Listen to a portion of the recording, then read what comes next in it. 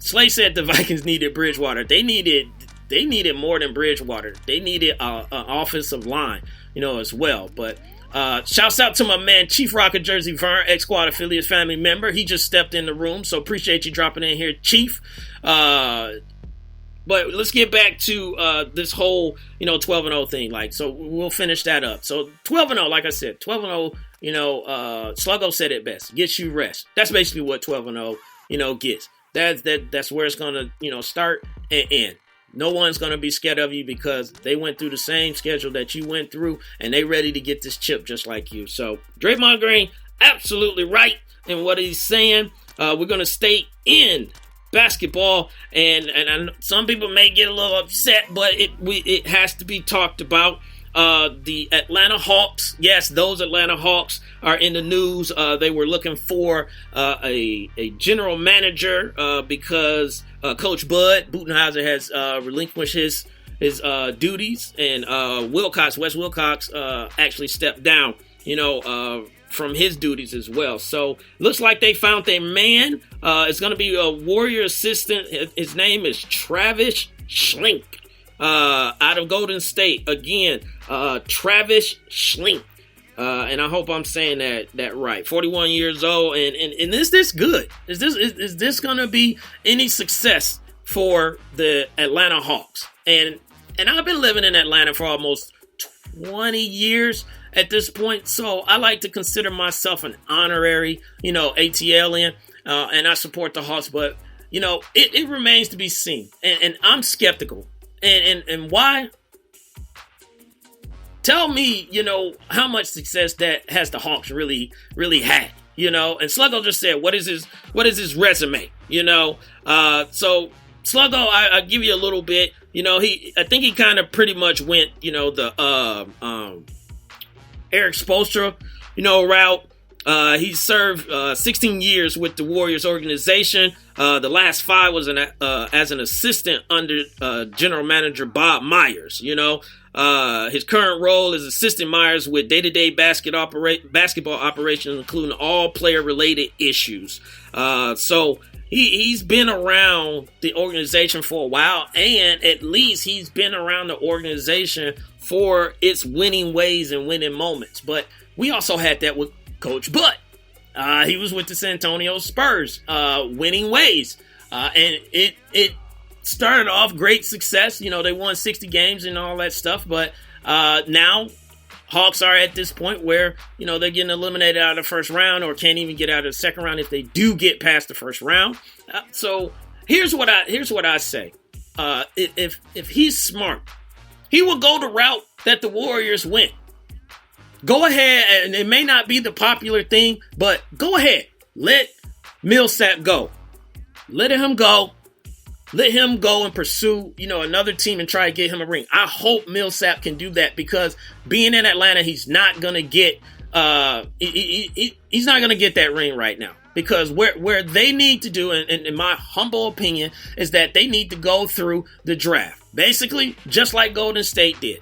They drafted Steph Curry. They drafted Klay Thompson. They drafted Draymond Green. So, and then they brought over other guys, to fit those pieces. And they cashed in on those 3 draft picks. So that's what Atlanta is going to have to do. And I know ATL fans may not like that, but it's the truth. Tell me what big name, and remember, big name free agent even granted us an interview in the past 10 years. Guys like LaMarcus Aldridge, whatever you may feel about him, he was still the number 1 guy that needed to be recruited. He didn't talk to Atlanta. KD last year, he said, I don't need to talk to Atlanta.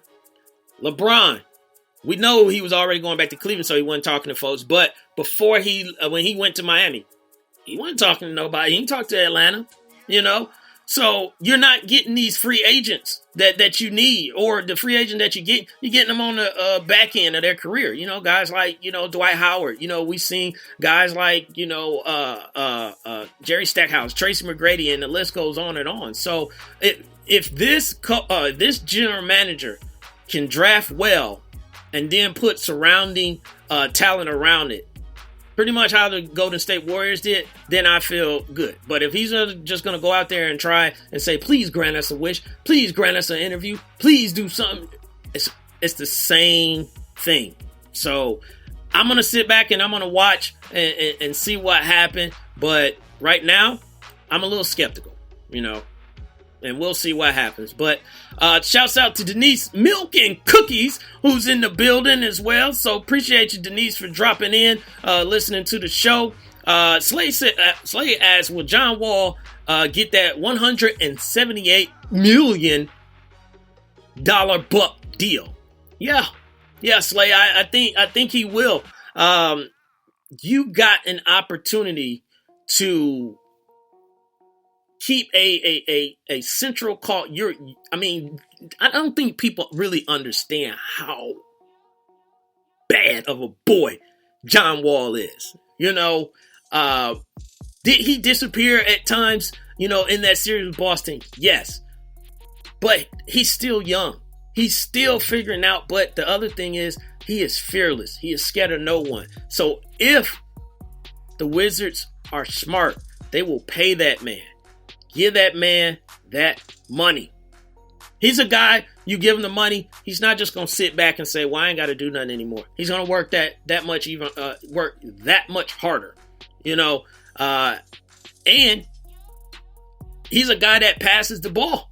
So if you got a guy that gets up and down the court, passes the ball, other guys is going to want to play. I think KD, would have been nice, in Washington, but it just didn't work out, that way. They still could pick up, some guys coming up in free agency that could help that team. They got a nice nucleus. They just need to get maybe some more bigs and get another guy that they can depend on to back them up, a la the Cleveland Cavaliers with their three. So that's my thought, on that. Let me go back in the chat, make sure I didn't miss anybody, in here. DJ Dollar said, Wall is sick, and Wall is sick, and as his J develops, you can't stop him. Absolutely. And Slade just said it. Wall J is improving every year. And once when it becomes a consistent threat, he's gonna be like Kyrie. Kyrie was the same way to a certain degree. He had to get his J together, and now that has taken off, and he is truly, someone that's unguardable. The man is so fast, up and down the court, But Hawks, I hope you do something, because I can't keep watching, and saying, all right, first round, second round, when are we going to lose? So build up in the draft. You're going to have to get rid of some players. You're going to have to suck a little bit and get some draft picks, some quality draft picks. Try and trade up. Do something. Chief said, ask the Hawks about Wall. Yeah, Chief was right. John Wall was giving a business to the Hawks. He was basically, school was in session for Dennis Schroeder. So, but Schroeder should learn from that. I wanted to move over into the NFL, and it's not, it's really about NFL players. And I was going to touch on this before, and I laid off of it until today I saw something, and I said, you know what? I really, really, really need, to bring this back up and talk about it. And Lopan, definitely, was like, you need to talk about it. Indeed. So, yeah, Lopan, I'm going to talk about it, okay? I just said that. Chill out, man. But Rob Gronkowski. Now, and before, let me say this. I have no problem with Rob Gronkowski. I'm just using him as the example. So don't get it wrong, Grego, when you hear this. I don't want you coming attacking me or anything like that. But Rob Gronkowski just did this video. And the video was him basically out, on the town. He meets a lady, whatever, and he starts daydreaming and all this stuff.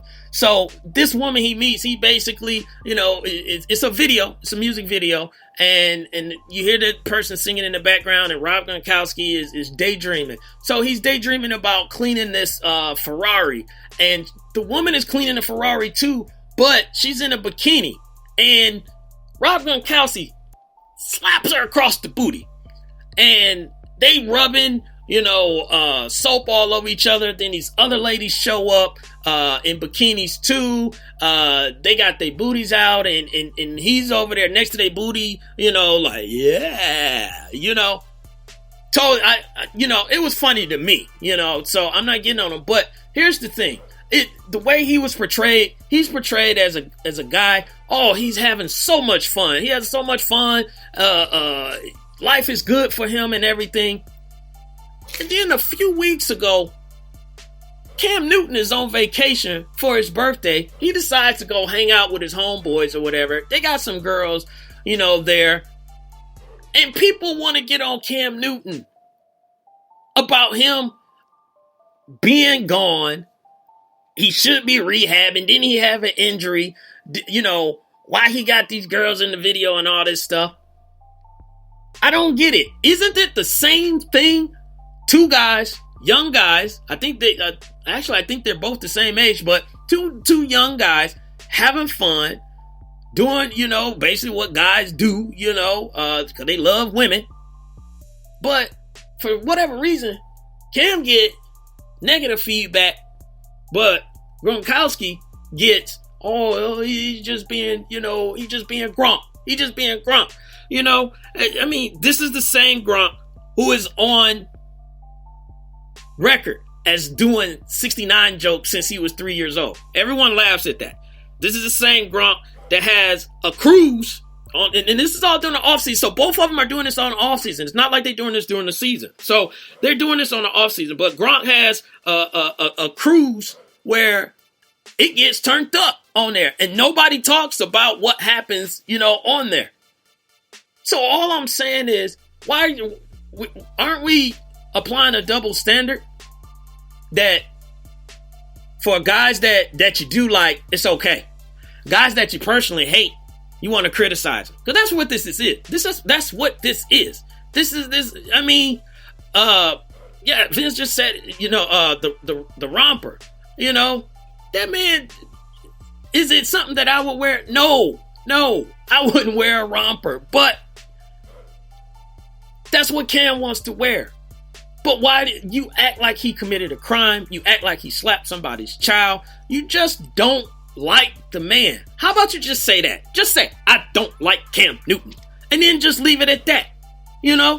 I can respect that more than when you trying to, he's not a leader. He's not this. Look how he celebrates. JJ Watt they were just talking about Cam, injury. He should be, rehabbing his injury. He should be getting ready. Well, JJ Watt had a back surgery. And I don't know, and Gronk, he had a back surgery. Back surgery ain't no joke. But JJ Watt out there in home run derbies. Okay, and the man is out there. Obviously, he should be in good shape. He wouldn't go out there and jeopardize his career. But you don't want to apply the same negative comments that you apply to Cam. That doesn't make any sense. That gets my goat. Dang, I sound old saying that. That gets my goat. But we need to be fair. If you're going to criticize one person, you got to criticize the other. You can't play favorites, out there. Chief Rocket said, but y'all talk about OBJ on a boat as well. A little bit different situation, Chief, but I, at the end of the day, said it's not that big of a thing. They were off, so they were off. They went and partied. That's no different if they had to just stayed in New York and party. What's the difference? And it was a week out. It wasn't like they partied the day before they played the Packers. So, yeah, you're absolutely right. On that topic that you're talking about, Chief. It was ridiculous. Chief Rocket said, Jelani, what do you think about, Calvin Johnson? I think you're talking about how, he's having this beef with the Lions. Well, Chief, here's my thing. We all know, even though I defend the Lions, let's just be real for a second. We all know the Lions have struggled. The Lions have had multiple losing seasons, and they've been a joke of the league plenty of times. And you get guys, and I'm going to go back, you get guys like Barry Sanders, who give their all, do whatever they can to be this unstoppable force. and you don't surround him with talent enough to get them to the next level. That's the same thing that happened with Calvin Johnson.